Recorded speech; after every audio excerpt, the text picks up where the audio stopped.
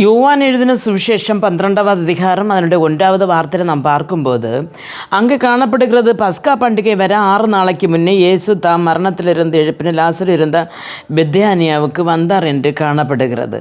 அருமையான தேவனுடைய பிள்ளைகளை, அந்த பெத்தானியாவுக்கு அவர் வந்து அவர் உயிரோடு இருப்பின லாசருவை பார்க்குவதற்காக வந்தார்.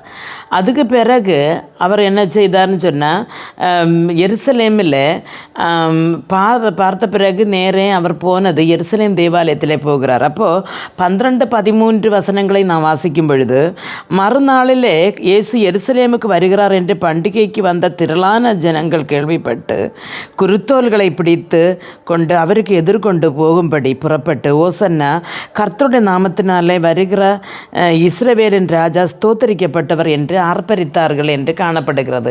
அருமையான தேவனுடைய பிள்ளைகள், நமக்கு தெரியும், இயேசு இந்த உலகத்தில் இருந்த பொழுது சகல ஜனங்களுக்கும் பாவப்பட்டவர்களுக்கு வசதி உள்ளவர்களுக்கு எல்லாருக்கும் நன்மை செய்தார். அவர்கள் நோய்களை குணமாக்கினார், மருத்துவர்களை உயிரோட கொடுத்தார், இவர்களுக்கு அப்பம் கொடுத்தார், இப்படி பல காரியங்களை அவர்கள் செய்தார்.